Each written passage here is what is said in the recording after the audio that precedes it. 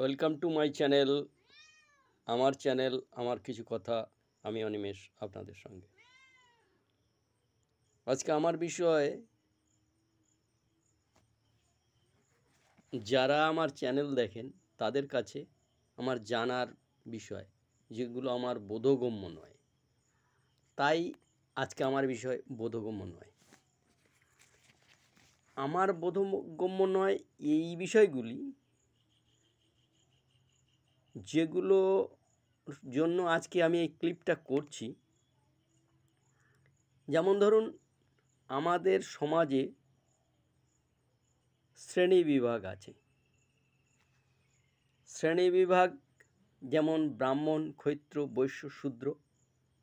এই শ্রেণীবিভাগ কে তৈরি করলো? প্রথম কথা,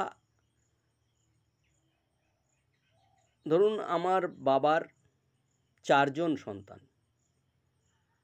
তা 4 জন সন্তান, তারা সবাই সমান হবে।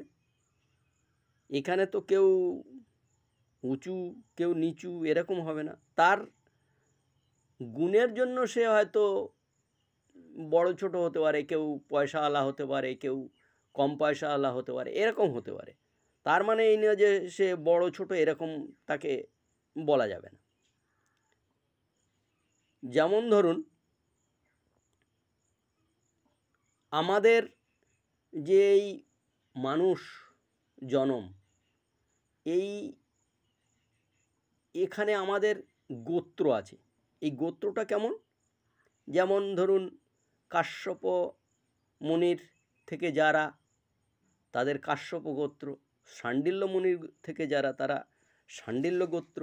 আলিম্মান থেকে যারা, আলিম্মান গোত্র। এমনই অনেক রকম গোত্র আছে।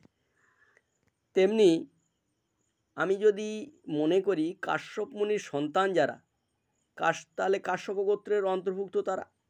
তবে তাদের ভিতরে তারা সবাই সমান হবে। এখানে আমার বাবা যখন কাশ্যপ, তাহলে এখানে ব্রাহ্মণ, ক্ষত্র, বৈশ্য, শূদ্র হওয়ার তো কোনো প্রশ্ন নেই। যে বিষয়ে আমার মাথায় আসে না, সেটা আমি, যদি আমার ভুল হয় তবে আপনারা কমেন্ট করে জানাবেন। উঁচু নিচু ভেদাভেদ তৈরি করা মূল কারিগর আমার মনে হয় ব্রাহ্মণ সমাজ। তারা আমাদের সমাজ থেকে যেভাবে বিচ্ছিন্ন করেছে, সেরকম ধরুন মুসলিম, খ্রিস্টান, বৌদ্ধ ধর্ম বলে যাচ্ছে, তাদের কারিগর ও এই ব্রাহ্মণদেরও ধরা যেতে পারে। কারণ যখন দেখুন আপনাকে অচ্ছুত বলে গণ্য করা হচ্ছে, তখন আপনি নিরুপায় হয়ে অন্য ধর্মে চলে যাচ্ছেন, ডাইভার্টেড হয়ে যাচ্ছেন। তখন আপনি আপনার বাঁচার তাগিদে কখনো মুসলিম ধর্ম গ্রহণ করছেন, কখনো খ্রিস্টান ধর্ম গ্রহণ করছেন, কখনো বৌদ্ধ ধর্ম গ্রহণ করছেন।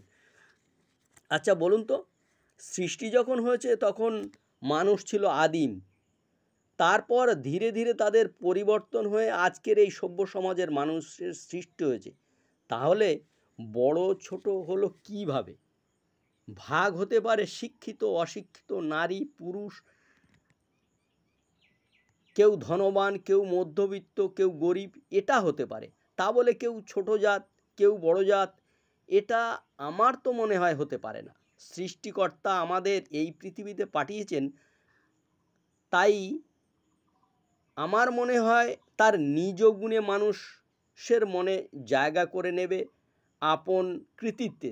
যেমন রবীন্দ্রনাথ ঠাকুর, নজরুল ইসলাম, স্বামী বিবেকানন্দ, এপিজে আব্দুল কালাম, বাবা সাহেব আম্বেদকর, এমন যে মহান ব্যক্তি, তারা কিন্তু তাদের নিজের গুণের জন্য আজকে সমাজে প্রতিষ্ঠিত, এবং আজকে আমরা তাদেরকে স্মরণ করি তাদের গুণের জন্য।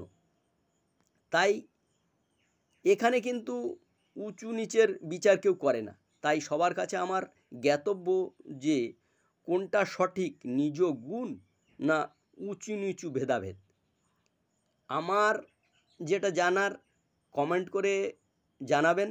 ভালো লাগলে লাইক করবেন, শেয়ার করবেন, সাবস্ক্রাইব করে আমাকে এগিয়ে নেওয়ার জন্য আমাকে সাহায্য করবেন। ধন্যবাদ।